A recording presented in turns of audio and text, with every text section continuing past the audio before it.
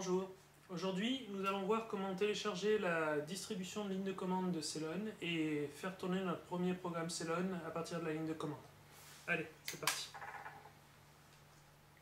Alors aujourd'hui on va voir quelque chose d'un petit peu plus élaboré pour ceux qui aiment bien la ligne de commande. On va télécharger la ligne de commande, la distribution de la ligne de commande de Ceylon et en même temps on va télécharger le support pour VI.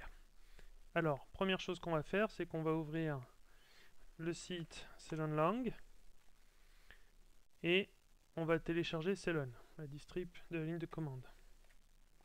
Alors, on va vers Download, et là, vous avez des distributions soit en zip, soit en RPM pour les systèmes Fedora Red Hat, soit en Debian pour Ubuntu.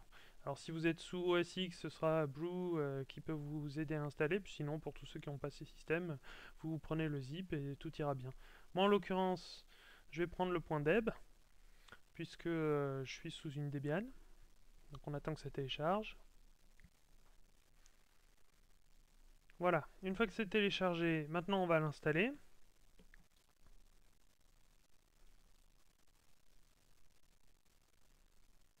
Hop, alors moi en l'occurrence je l'ai déjà installé, donc on va faire comme si. Voilà, il est installé. Maintenant on va ouvrir un terminal, on va vérifier que tout s'est bien installé. Donc normalement, si tout va bien, vous devriez être capable d'avoir la commande Ceylon. Voilà, très bien, donc on a la version 4.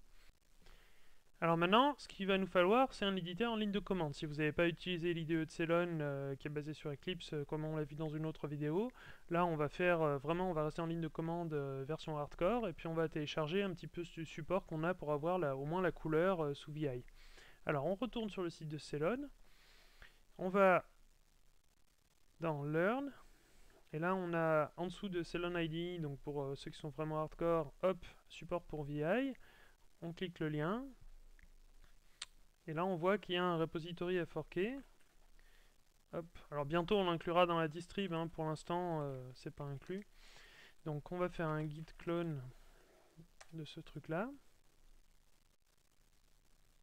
Ensuite on va dedans et on copie. On a 3 répertoires, ftdetect, indent et syntax à copier vers votre .vim. Voilà.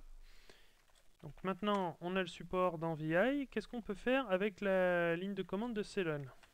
On va faire help. On regarde, on a un certain nombre de commandes. Alors on a une commande pour... c'est un petit peu comme dans Git, hein, c'est-à-dire que vous avez une seule commande Ceylon et puis après vous avez plein de sous-commandes. Donc là on a les commandes pour compiler vers JavaScript. Pour gérer la configuration, on a des fichiers de config un petit peu comme dans Git aussi. Pour générer la doc de l'API, on a bon, help qui liste tout, import jar qui permet d'importer des jars dans le repository Ceylon. On a run pour exécuter des programmes et new pour créer un nouveau programme. Donc on va faire ça, hein, on va faire Ceylon new -help. Voilà, voir un petit peu qu'est-ce qu'on peut faire. Donc on génère un nouveau projet. Alors on a un certain nombre de templates. En l'occurrence, dans cette version, la M4, on n'a qu'un seul template, c'est Hello World. Donc on dit qu'on veut le template Hello World et puis le répertoire dans lequel le créer. Donc Ceylon new, on veut un Hello World. Et puis on va le mettre dans un répertoire test. Il nous pose un certain nombre de questions, le nom du module, bon moi ça me va, la version du module ça me va. Eclipse, non, on a dit qu'on restait hardcore, et puis un ent, oui, ah oui, ça va être pratique. Donc ça on le crée. Alors, qu'est-ce qu'il nous a créé? Alors on va dans test. Qu'est-ce qu'il nous a créé? On a un certain nombre de fichiers, donc on a un répertoire source avec dedans un module, une déclaration de module, une déclaration de package et un fichier run.ceylon et puis un build.xml. Donc on va voir avec Vim qu'est-ce qu'on a. Notre déclaration de module. Donc on a le nom de module et la version du module. Ensuite on a un package, déclaration de package qui dit juste que voilà, le package en question il est shared, c'est-à-dire il est visible en dehors du module, très bien. Et on a un fichier run qui a été généré avec une fonction run qui regarde si on a des arguments. Si on a des arguments, on va itérer les arguments et faire hello pour tous les arguments. Et puis si on n'a pas d'arguments, on appelle hello sans valeur. Hello, c'est une fonction qui prend un paramètre de type string name qui est une valeur par défaut. Si on lui donne pas, ce sera world. Et puis qui affiche avec du string templating hello name point d'exclamation. Donc on va essayer de compiler tout ça et de l'exécuter. Donc le plus facile, c'est d'utiliser la tâche ent.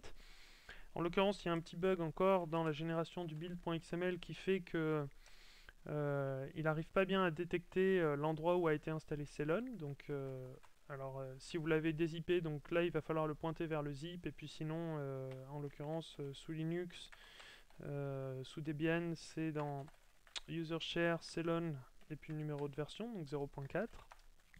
Donc ensuite, Ent, vous avez un certain nombre de tâches. Vous avez clean, compile.js pour compiler vers du JavaScript, doc pour générer l'API, run et run.js pour exécuter. Donc là, on va faire un run. Ça devrait faire le compile tout seul et puis exécuter le code.